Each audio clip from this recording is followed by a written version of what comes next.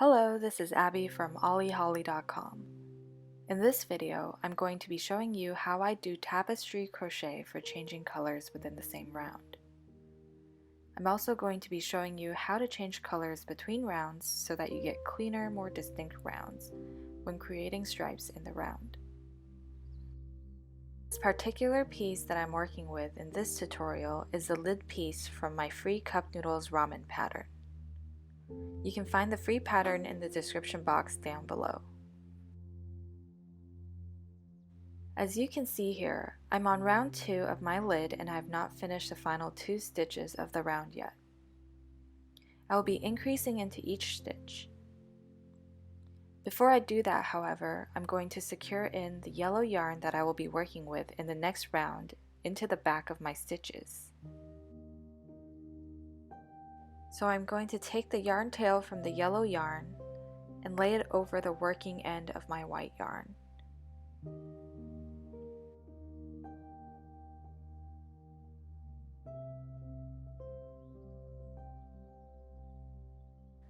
Then I'm going to be holding the yarn tail with my right hand against the hook.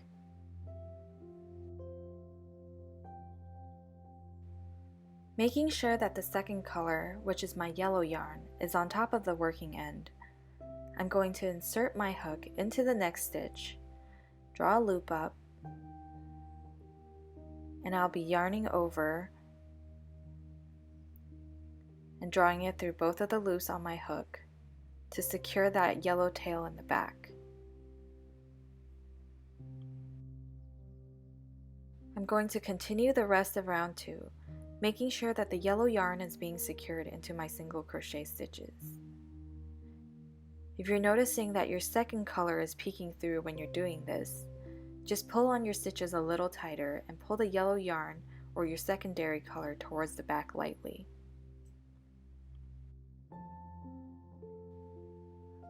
In round 3, I'm going to be alternating between making one single crochet and increasing in the next. I'm also going to alternate between making 2 white stitches and 1 yellow stitch. So what this means is that my first stitch, which is a single crochet, is going to be white. And into the second stitch, I'm working an increase stitch. The first stitch of the increase will be white and the second one will be yellow. So because my first 2 stitches of this round are going to be white, I'm going to work the first single crochet stitch right now, making sure that I'm sandwiching the yellow yarn into my single crochet stitch.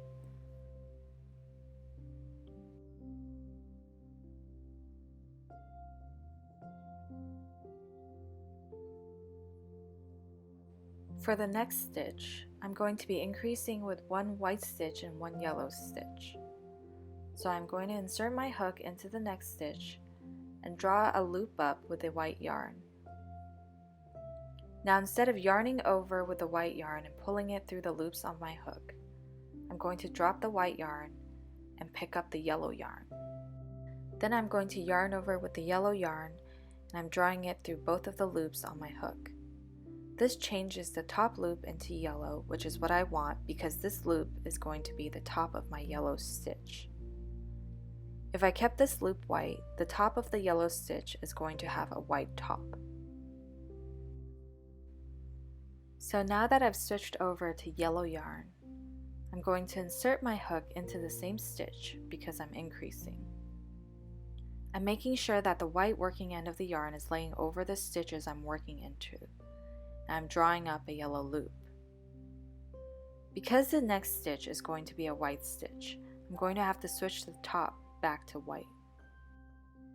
Instead of just dropping the yellow yarn and picking up the white yarn, I like to make sure that the white yarn is wrapping under the yellow yarn to make sure that the yellow yarn is secured properly in the back.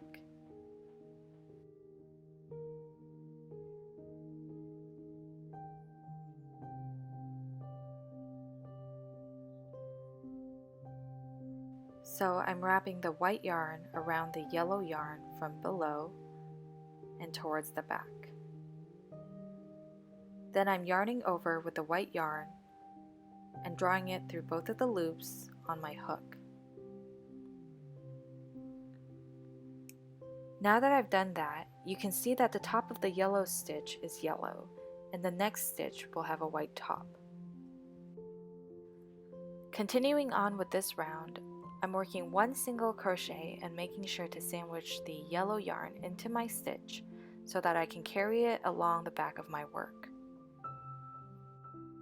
I'm going to be increasing in the next stitch again, working one white stitch and one yellow stitch. So I'm drawing up a white loop, dropping my white yarn and picking up the yellow, yarning over, and drawing it through the two white loops on my hook. I'm then inserting my hook back into the same stitch, drawing up a yellow loop, then I'm wrapping the white working end of the yarn under the yellow end. Yarn over with the white, and I'm pulling it through both of the yellow loops on my hook. You can see that the back of the work looks pretty neat and there aren't any loose yellow loops in the back. I'm going to continue working the rest of this round without speeding up the video. You can look for the timestamps in the description box down below to find the next round.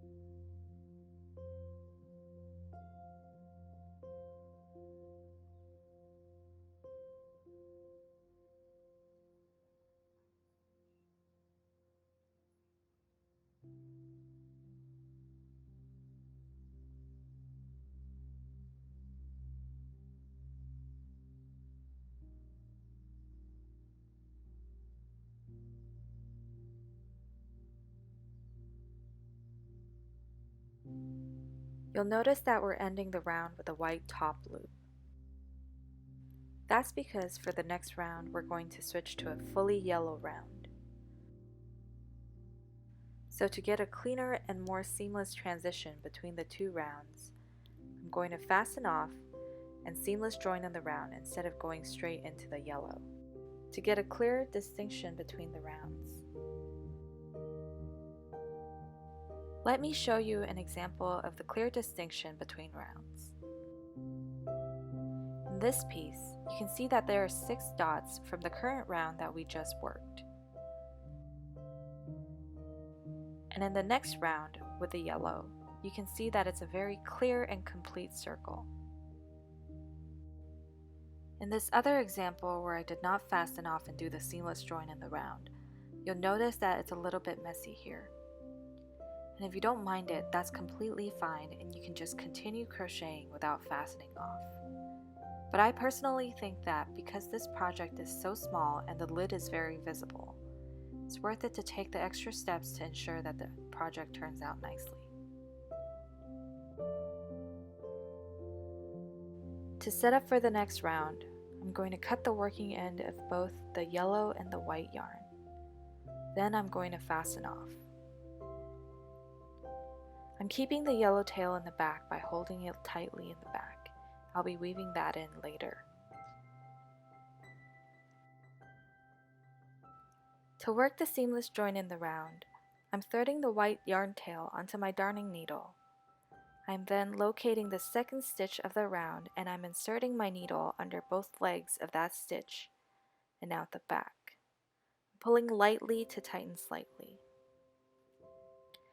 Then I'm inserting the needle through the center of the final stitch and out the back. Once again, I'm pulling lightly to tighten. Then I'm weaving the tail in through the back of the final few stitches of the round.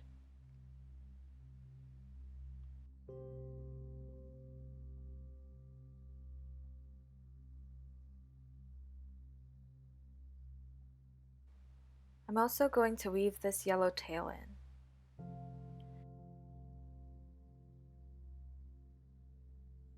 For this tail, I'm going to weave it into the backs of the first few stitches of the round.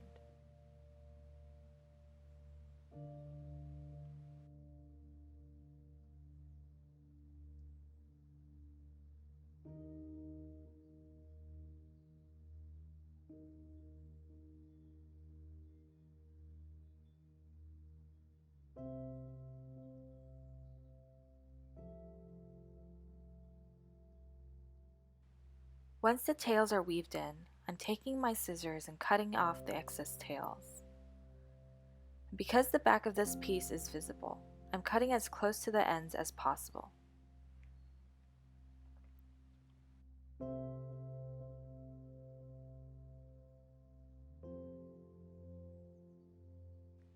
For the next round, I'm taking the color I'm transitioning into and making a slip knot. With the slip knot on my hook, I'm going to insert my hook into the false stitch we created with the seamless join in the round.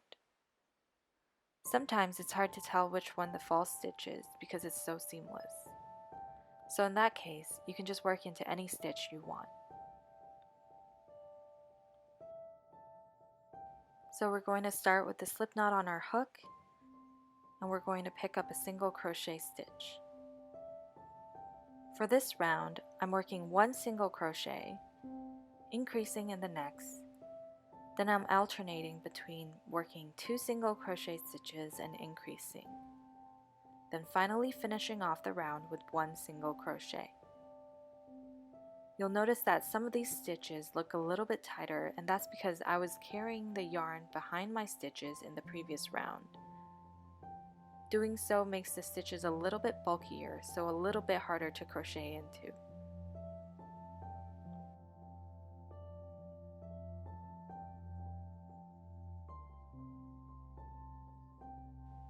Since this round is pretty straightforward, I'm just going to skip to the end and I'll meet you there.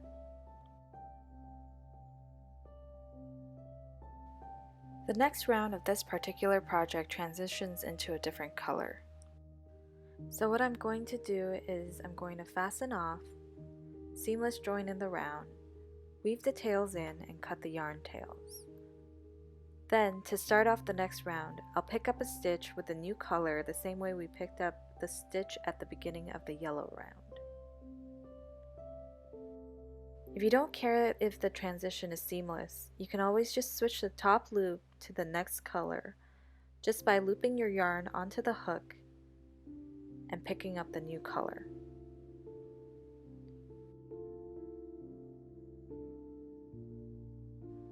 But I find that when you do this, you'll end up with a very obvious step, as you can see right here.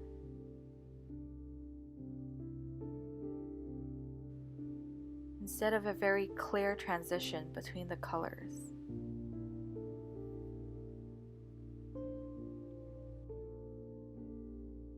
So how you approach color change is really up to your personal preferences and the projects you're working on. I typically just like to switch the color of the top loop instead of doing the seamless join in the round, especially when my projects allow for the transition to be hidden in the back. For this cup noodle toy, however, I wanted each round to look very distinct.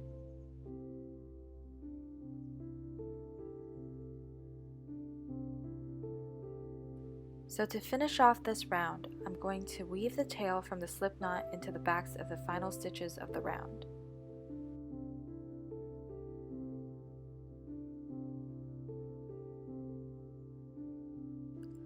Then I'm going to thread the tail we just fastened off onto my darning needle and seamless join in the round.